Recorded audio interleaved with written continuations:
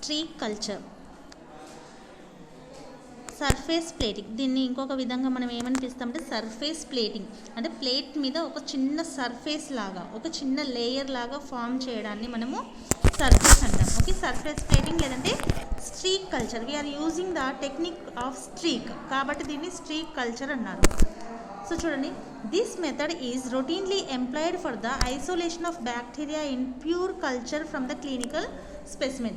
So మనకి clinical specimen ఏదైతే ఉందో కల్చర్ చేసింది అటువంటి ప్యూర్ కల్చర్లో నుంచి కొంచెం మనం స్పెసిమెన్ని తీసుకొని దాంట్లో specially which the bacteria we want to కదా, ఏదైతే మనం మైక్రోస్కోప్లో ఎగ్జామినేషన్ చేయాలంటున్నామో దానికి better examination, okay, better visualisation కోసం దాన్ని ఐసోలేషన్ చేస్తున్నాం. We are separating from the smudge group. Okay, స్మడ్జ్గా ఉన్న గ్రూప్లో నుంచి బ్యాక్టీరియాస్ని సపరేట్ చేసి ఐసోలేట్ చేసి దాన్ని మైక్రోస్కోప్ కింద ఎగ్జామినేషన్ చేయడానికి వీలుగా ప్రిపేర్ చేస్తున్నాం. దీన్నే మనము స్ట్రీక్ కల్చర్ అంటున్నాం.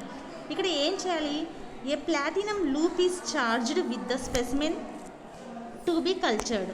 ఓకే, ప్లాటినం లూప్ అంటే మనకు తెలుసు కదా ఎగ్జామినేషన్కి చిన్న రాడ్ లాగా. ఇక్కడ చూడండి డయాగ్రామ్ చూసుకున్నట్లయితే దిస్ విల్ బీ కాల్డ్ అస్ అనే లూప్. దీన్ని లూప్ అంటారు. చివర రౌండ్ ఒక సర్కిల్ ఉంటుంది, దానికి ఒక చిన్న సన్నటి ఓకే సన్నగా ఒక చిన్న నిడిల్ టైప్లో దానికి స్టిక్ లాగా ఉంటుంది. దీన్ని మనం లూప్ అంటాం. చూడండి, ఈ platinum loop is charged with the specimen to be cultured. A specimen కల్చర్ని అయితే మనం చేయాలనుకుంటున్నామో దాంతో అంటే దాంట్లో ఈ స్పెసిమెన్ని ఈ లూప్ని ముంచి తీస్తామన్నమాట. Owing to the high cost of platinum loops for routine work are made for the nichrome resistance wire. Okay, దీన్ని దేంతో తయారు చేస్తారు అంటే నైక్రోమ్ రెసిస్టెంట్ వైర్ తోటి తయారు చేస్తారు. ఇది okay high cost of platinum తోటి, అలాగే రొటీన్గా మనం ఎక్కువగా యూజ్ చేస్తాం. ఓకే, దీన్ని నైక్రోమ్ అనే వైర్ తోటి యూజ్ చేస్తారు and mostly high cost of platinum తోటి ఇది మేడ్ చేయబడి ఉంటుంది. The loop is flat. ఈ లూప్ ఎలా ఉండాలట, ఫ్లాట్గా ఉండాలి అండ్ సర్క్యులర్. ఓకే, చివర మనం చూసాం కదా circle and completely closed with okay సర్క్యులర్గా and completely closed with a 2 to 4 mm internal diameter mounted on a handle. Okay, ఆ హ్యాండిల్ చివర సర్కిల్ ఏదైతే ఉందో దాని మధ్యలో డయామీటర్ 2 to 4 mm అనేది ఉండాలి. One loop full of the specimen is smeared thoroughly over an area on the surface of a well dried plate to give a well inoculum or well. So ఇక్కడ ఏం చేయమంటున్నారు, ఈ చివరి ఏదైతే circle ఉందో దీని నిండా ఒక స్పెసిమెన్ వచ్చేలాగా తీసుకొని ఒక క్లీన్ ప్లేట్ మీద సర్ఫేస్ మీద మనం దాన్ని వేయాలి. వేసి దాన్ని ఓకే చూడండి దాన్ని గివ్ ఏ వెల్ ఇనాక్యులేషన్, అది ఒక డ్రై అయినటువంటి సర్ఫేస్ కలిగినటువంటి ఒక ప్లేట్లో మనం తీసుకోవాలి. ఎంత తీసుకోవాలి అంటే ఈ రౌండ్ ఏదైతే ఉందో ఇక్కడ ఓకే ఈ రౌండ్ మనకు కనిపిస్తుంది కదా, ఈ రౌండ్ ఏదైతే ఉందో దీని నిండా అంటే మనం when it is smudged into the స్పెసిమెన్లో ముంచినప్పుడు దీనికి ఏదైతే అతుక్కొని ఉంటుందో ఈ రౌండ్ సర్కిల్కి ఈ మధ్యలో స్పెసిమెన్ ఎంత దూరం ఉండాలంట, 2 to 4 mm. ఈ దీంట్లో వచ్చినంత స్పెసిమెన్ని మనము తీసుకోవాలి. ఓకే చూడండి, ఇంకా the loop is రీస్టెరిలైజ్డ్.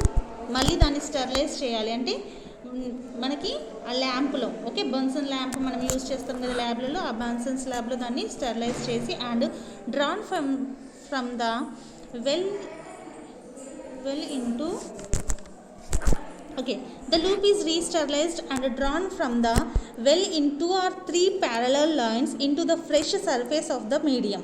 This process is repeated several times. So ఇప్పుడు లూప్ఫుల్గా నువ్వు స్పెసిమెన్ తీసుకున్నావు, ఈ మన రౌండ్ ప్లేట్ ఏదైతే ఉంటుందో ఆ ప్లేట్లో ఫర్ ఎగ్జాంపుల్ చూడండి ఇక్కడ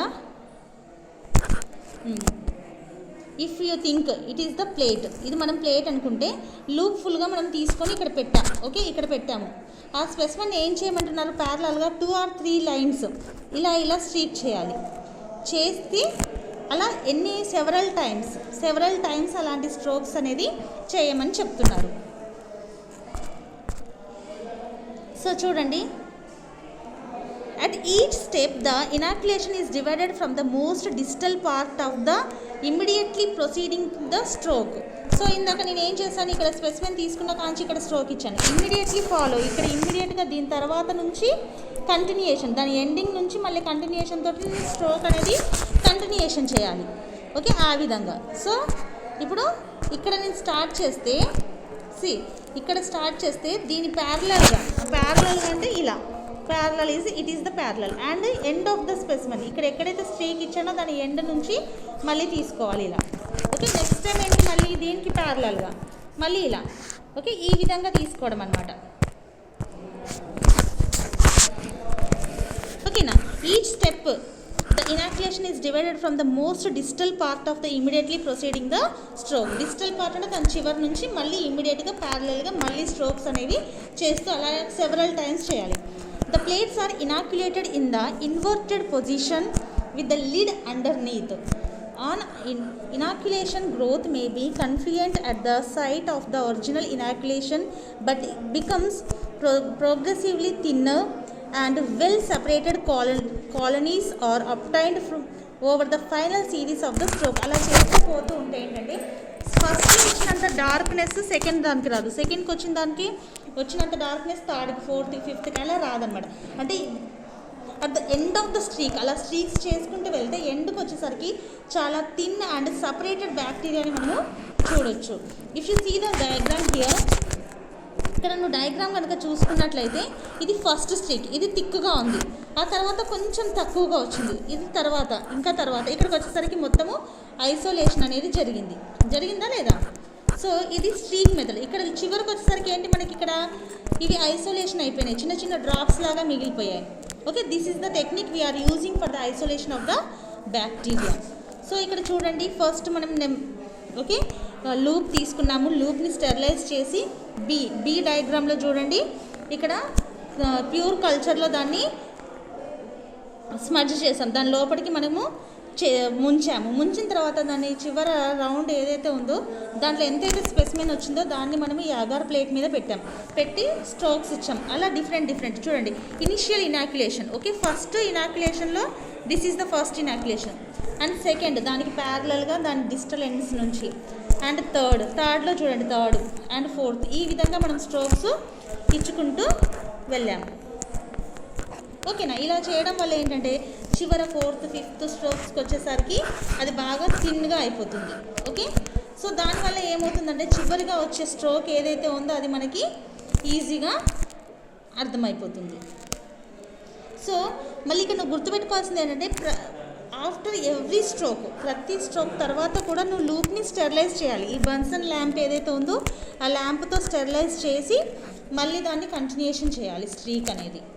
స్ట్రీక్కి మధ్యలో ఈ లూప్ని మనం స్టెరిలైజ్, ఓకే, బన్సన్ ల్యాంప్ మీద ఫ్లేమ్ మీద మనం దాన్ని స్టెరిలైజ్ చేసి మళ్ళీ నెక్స్ట్ మూమెంట్ని మనం ఇచ్చుకోవాలి. అలా ఇవ్వడం ద్వారా మనకి లాస్ట్కి వచ్చేసరికి సపరేటెడ్ బ్యాక్టీరియా అనేది వస్తుంది. ఓకే, ఇక్కడ చూడండి బన్సన్ ల్యాంప్లో ఎట్లా చేయాలి దాన్ని అండ్ స్మడ్జ్ చేయడం. ఓకే, ఇక్కడ స్పెసిమెన్ మనము ఇక్కడ చూడండి ఈ శాంపిల్లో ముంచిన తర్వాత దాన్ని తీసుకున్నాము. ఓకే, ముంచిన తర్వాత దాన్ని తీసుకోవడము. ఓకే, తర్వాత దాన్ని first streak, second streak, okay, third fourth streak అలా లాస్ట్కి వచ్చేసరికి మనకి సపరేటెడ్ బ్యాక్టీరియా అనేది మనము చూడవచ్చు. దీన్నే మనం ఏమంటున్నామంటే స్ట్రీక్ కల్చర్.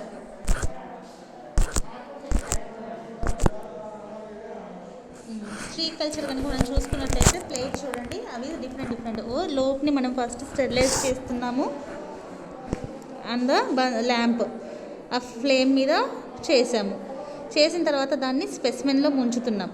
ఓకే, అగార్ ప్లేట్లో దాన్ని పూర్తిగా స్మడ్జ్ అయ్యే విధంగా ముంచిన తర్వాత దాన్ని ప్లేట్ మీదకి తీసుకొని చూడండి ఫస్ట్ అక్కడ నుంచి మళ్ళీ దాన్ని స్టెరిలైజ్ చేస్తున్నాం, సెకండ్ స్ట్రోక్. ఓకే, ఆ విధంగా స్ట్రోక్స్ ఇస్తున్నాం.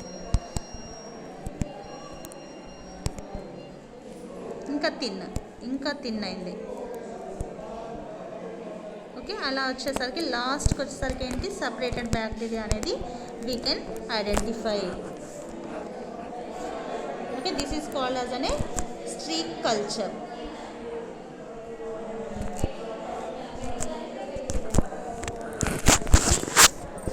కాలనీస్, సపరేట్ అయిన వాటిని మనము కాలనీస్ అంటున్నాం. So first, second, third, fourth ఆ విధంగా చేయడం ద్వారా లాస్ట్కి వచ్చేసరికి ఏమవుతుంది, సపరేషన్ ఆఫ్ బ్యాక్టీరియా అనేది జరుగుతుంది. సో ఫస్ట్ స్ట్రోక్ ఎలా